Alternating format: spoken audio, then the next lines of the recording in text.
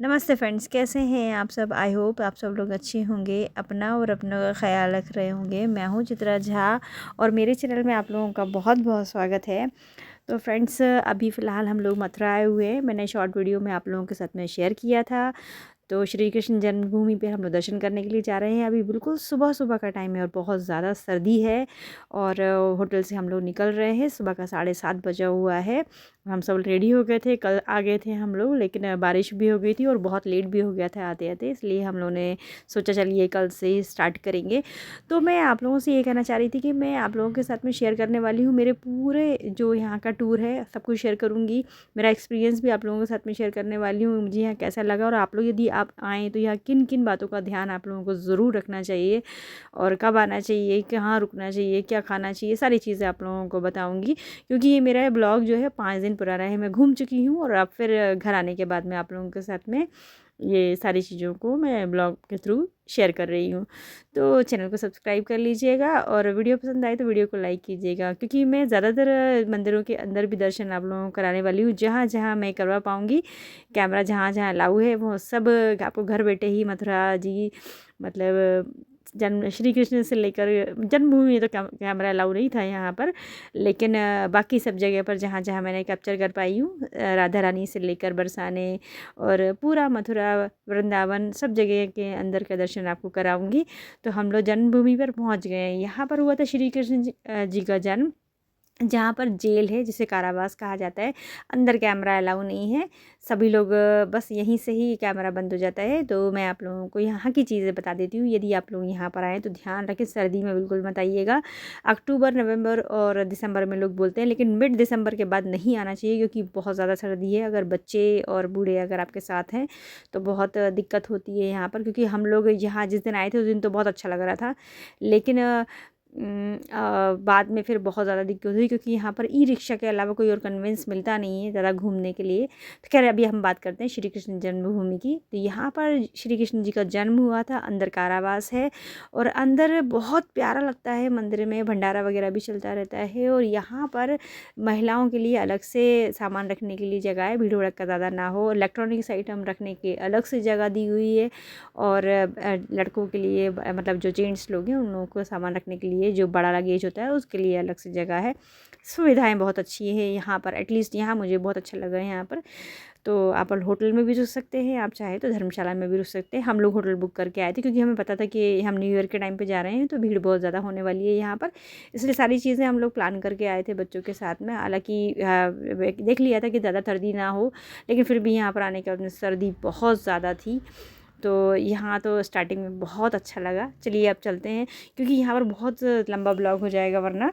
और हम लोगों ने आज काफ़ी सारी चीज़ें घूम ली थी। तो सबसे पहले तो हम जन्मभूमि आ गए। अंदर कैमरा अलाउ नहीं था, इसलिए आई एम सॉरी, मैं अंदर का कुछ नहीं दिखा पाऊँगी। और यहाँ पर रथ बना हुआ है श्री कृष्ण जी का, और ऊपर की तरफ आपको मैंने दिखाया। तो यहाँ कुछ फ़ोटो वगैरह हम लोगों ने खींच लिए बच्चों के साथ में, और हस्बैंड साथ में आए हैं और किसी को नहीं लेकर आई हूँ। माता जी को घर छोड़ कर आए हैं हम लोग। माता जी गाँव में हुई हैं, इसलिए नहीं तो उनको भी लाते। और खैर, लेकिन उनके लिए तो सर्दी में बहुत दिक्कत हो जाती है यहाँ पर आकर।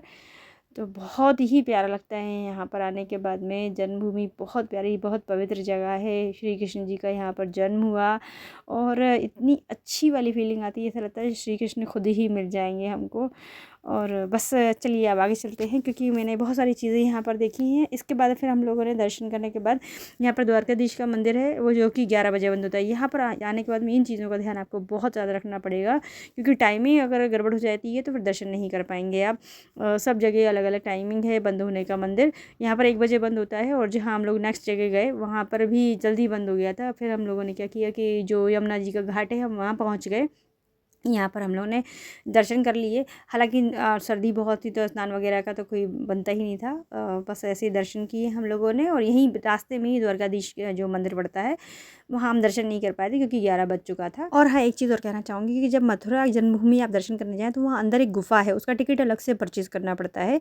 तो वहाँ आप टिकट खरीद के और ज़रूर गुफा में के अंदर जाएँ। बहुत अच्छा लगा था मुझे, बहुत सारी चीज़ें कृष्ण जी की लीलाएँ उसमें गुफा में बताई गई हैं। और यहाँ पर जो घाट है, अगर आप चाहें तो बोटिंग कर सकते हैं। हमारे पास टाइम नहीं था तो हम लोगों ने, और सर्दी भी बहुत ज़्यादा थी, बहुत ठंडी हवा चल रही थी, बच्चों के संग में बीमार होने का डर लगता है, इसलिए हम लोगों ने नहीं किया और हम पहले कर चुके थे दर्शन। तो यहाँ पे जितने भी घाट बने अलग अलग नाम से बने हुए हैं, आप चाहें तो बोटिंग करके वहाँ के दर्शन कर सकते हैं। तो हम लोगों ने तो बस फ़ोटो वगैरह यहाँ पर खिंचवा लिए और फिर उसके बाद में, क्योंकि बंदर वगैरह यहाँ बहुत ज़्यादा है, ये भी डर लगता है। यहाँ पर देखिए सामान छुड़ा के ले जाते हैं, चश्मा छुड़ा के ले जाते हैं, लोगों का मोबाइल छुड़ा के ले जाते हैं। इन चीज़ों का ध्यान ज़रूर रखना। मैं सारी चीज़ें आपको बताती जाऊँगी जो जो मेरे एक्सपीरियंसेस है। तो चलिए अब आगे बढ़ते हैं, वरना वीडियो बहुत लंबा हो जाएगा। मैंने आज बहुत सारी चीज़ें घूम ली हैं, तो जितना मैक्सिमम हो सकेगा आपके साथ में आज की वीडियो में शेयर करूँगी, नहीं तो वीडियो को फिर कंटिन्यू करेंगे हम। तो नेक्स्ट जो था वो कंस किला था। हम जहाँ पर जा रहे हैं वो कंस किले का रास्ता है, शॉर्टकट रास्ता था। किसी ने हमको बताया कि आप यहाँ से गली में से चले जाइए। तो कंस किला जो है वो आपको दिखाती हूँ मैं। और हम शॉर्टकट वाले रास्ते से गए थे, उतरते समय ज़रूर उस रास्ते से आए थे जो कि ओरिजिनल रास्ता है कंस किले पे जाने का। तो चलिए ये आ गया कंस किला।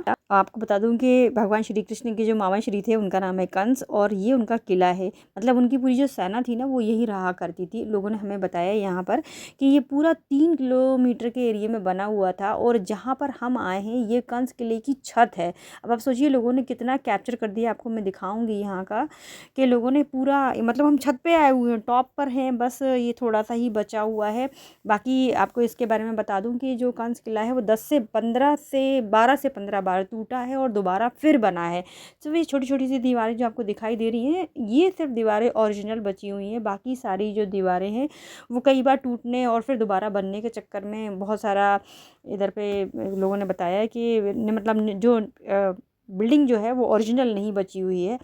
और देखिए नीचे जो है बहुत फैला हुआ है, यमुना नदी के किनारे बना हुआ था कंस का किला। 3-4 किलोमीटर के एरिया में ये बना था, और बहुत सेफ्टी के साथ बनाया गया होगा, मतलब पूरी सुरक्षा का ध्यान रखकर। लेकिन अब तो सारी चीज़ें ध्वस्त हो चुकी हैं और लोगों ने बहुत सारा कब्जा कर रखा है। देखिए कितना भारी भरकम बिल्डिंग थी ये। और बस अच्छा भी नहीं लगा और दुख भी हो रहा था देखकर कि पता नहीं क्यों हमारी जो सरकार है वो इन चीज़ों पर ध्यान नहीं दे रही है। वरना ये जो पुरानी विरासती चीज़ें हैं मैं इनको देखकर बहुत इमोशनल हो जाया करती हूँ। अच्छा लगा था मुझे यहाँ पर आके। और बस थोड़ी सी ही चीज़ें हम यहाँ देख पाए, क्योंकि सारी चीज़ें क्या है कि टूट फूट गई हैं, नहीं है सही सलामत। जो भी था वो मैंने आपको दिखा दिया, ये कंस किला है। और अब चलते हैं हम यहाँ से नीचे की तरफ। हाँ एक चीज़ और आपको बता दूँ, ये वो रास्ता है जहाँ से कंस किले में एंट्री हुआ करती थी। मतलब जो मेन एंट्रेंस जो था वो यही था, और हम जिससे आए थे वो तो रास्ता ओरिजिनल नहीं था, और वो हम जहाँ से उतरे हैं वही रास्ता उधर जाने आने का रास्ता था। और अब देखिए भव्यता कितनी ज़्यादा, एक किला ही दिख रहा है सामने। ये हम लोग यमुना नदी के किनारे पहुंच गए, और हमने वहाँ से फिर मैंने कोशिश की कि मैं पूरा किला कैप्चर कर पाऊँ, लेकिन बहुत ज़्यादा बड़ा दिख रहा था और पूरा बसीकत हो गई है, लोग वहाँ पर रहने लगे हैं और सब मतलब बुरी तरह से क्या ही कहेंगे अब। और हम लोग यहाँ से अब निकल गए। कहाँ जा रहे हैं हम लोग बताते हैं आपको। हम लोग जा रहे हैं गोवर्धन परिक्रमा जहाँ से की जाती है गिरिराज जी, वहाँ पर जा रहे हैं। तो पहले हम लोगों ने ऑटो किया, उसके बाद में हम बस स्टॉप पे पहुँचे और वहाँ से हम लोग बस में बैठ गए। किसी ने हमको बताया कि अगर आप टैक्सी वगैरह से जाते हैं तो काफ़ी महंगा पड़ेगा जाना यहाँ से, और बहुत ज़्यादा ही किराया वगैरह ये लोग बोलते हैं। तो हम लोगों को बता दिया था एक चाय वाले भैया ने कि आप यहाँ से क्या कीजिए, ऑटो कर लीजिए, बस स्टॉप पहुँच जाइए और वहाँ पर से फिर आपको बस मिल जाएगी। तो वहीं पर ही 150 रुपये उस ऑटो वाले ने ले लिए थे। लेकिन यहाँ बस में बैठे तो काफ़ी 25 किलोमीटर के आसपास था दूर, लेकिन फिर भी मात्र हम लोगों का 150 रुपये ही 4 लोगों का किराया लगा और यहाँ हम आराम से आ गए। और यहाँ पर बस ये चीज़ें ध्यान रखना पड़ती हैं, अगर आपको कन्वेंस का ठीक से पता नहीं है तो बहुत ज़्यादा भाड़ा वगैरह ये लोग किराया बहुत ज़्यादा ले लेते हैं। तो आप कोशिश कीजिए बस स्टॉप तक पहुँच जाइए, उसके बाद में बस आराम से मिल जाया करती है। और यहाँ इस मंदिर में यहाँ ही से परिक्रमा शुरू की जाती है गिरिराज जी की। गोवर्धन पर्वत जिसे श्री कृष्ण जी ने अपने उंगली नख पर, अपनी छोटी उंगली पर उठाया था, उसी पर्वत की परिक्रमा यहीं से होती है। तो 11 कोस की परिक्रमा रहती है। उस परिक्रमा का ब्लॉग और प्रेम मंदिर भी हमने शाम को घूम लिया था, उसका ब्लॉग मैं अलग से शेयर करूँगी आप लोगों के साथ में। तो यहाँ पर मंदिर में दर्शन करने के लिए जा रही हूँ, बारी बारी से जाना पड़ा हम लोगों को, क्योंकि यहाँ जूते चप्पल रखने की, सामान रखने की व्यवस्था यहाँ नहीं थी। जो जन्मभूमि है वहाँ पर तो व्यवस्था बहुत बढ़िया थी, यहाँ पर ये सब चीज़ें नहीं मिली मुझे। तो पहले बच्चे गए दर्शन करने के लिए और मैं जूते चप्पल देख रही थी। तो बस इतना ही कहूँगी आपसे कि अंदर दर्शन करने के बाद में जिन लोगों से परिक्रमा पूरी नहीं करते बनती है वो लोग इस मंदिर की परिक्रमा कर लेते हैं। बाकी सब चीज़ें आपके साथ में अगले ब्लॉग में शेयर करूँगी।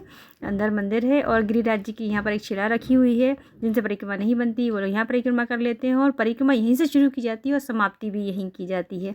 यहाँ मानसी सरोवर है, यहाँ पे लोग बोलते हैं चरण वगैरह ज़रूर धुलना चाहिए। तो अगले ब्लॉग में शेयर करेंगे, मिलते हैं फिर अगली वीडियो में, तब तक के लिए राधे राधे।